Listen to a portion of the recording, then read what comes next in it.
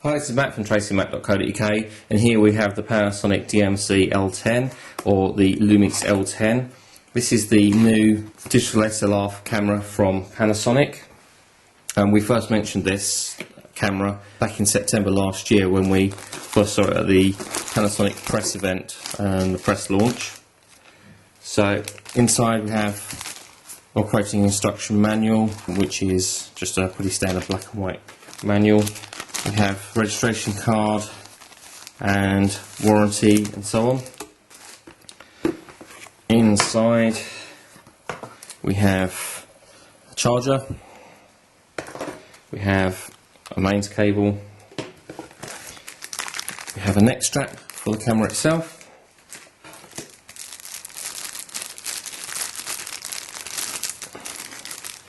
a lens that goes over the eyepiece, which we'll have to talk about more in the written review once we've had time to use it.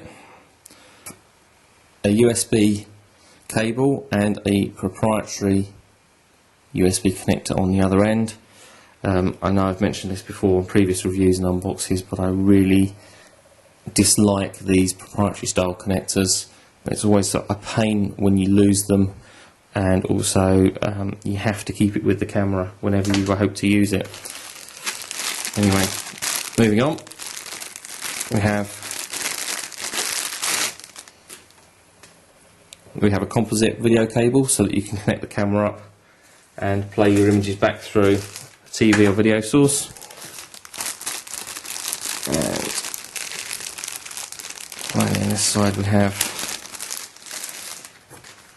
a soft pouch for the camera lens.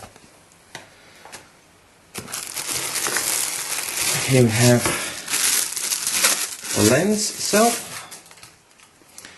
Notice it does come with a lens hood which reverses around that way.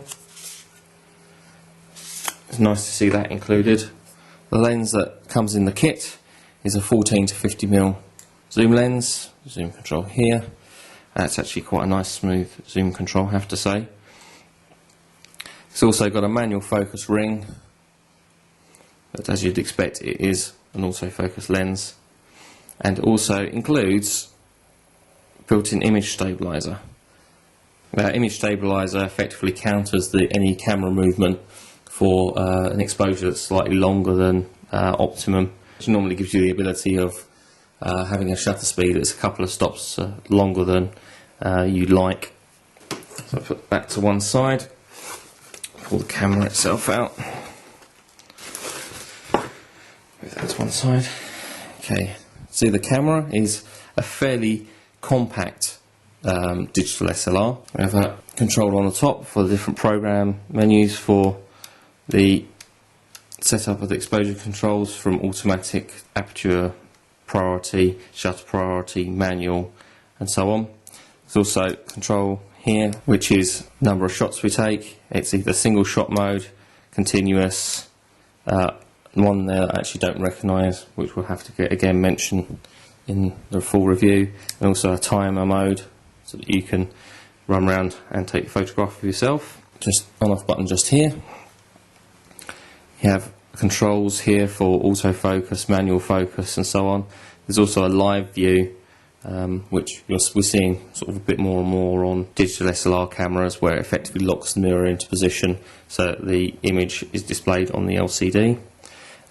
Fairly unusual for a digital SLR is that the LCD can be moved and rotated and moved out all the way to the side and turned round. Very similar to the LCD you'd see on a camcorder, where it allows you to hold the camera over your head or facing you to take your photographs, and as a nice feature allows you to shut it with the LCD facing inwards in order to protect it. So quite like that idea. You have a number of other controls on the front here, changing your ISO settings, your white balance, your focus and exposure points, turning the LCD mode on and off, deleting pictures, and so on. All kind of standard buttons that you'd find on this device. There's also multi-control here, which allows you to cycle through, again, other settings and controls in the menu.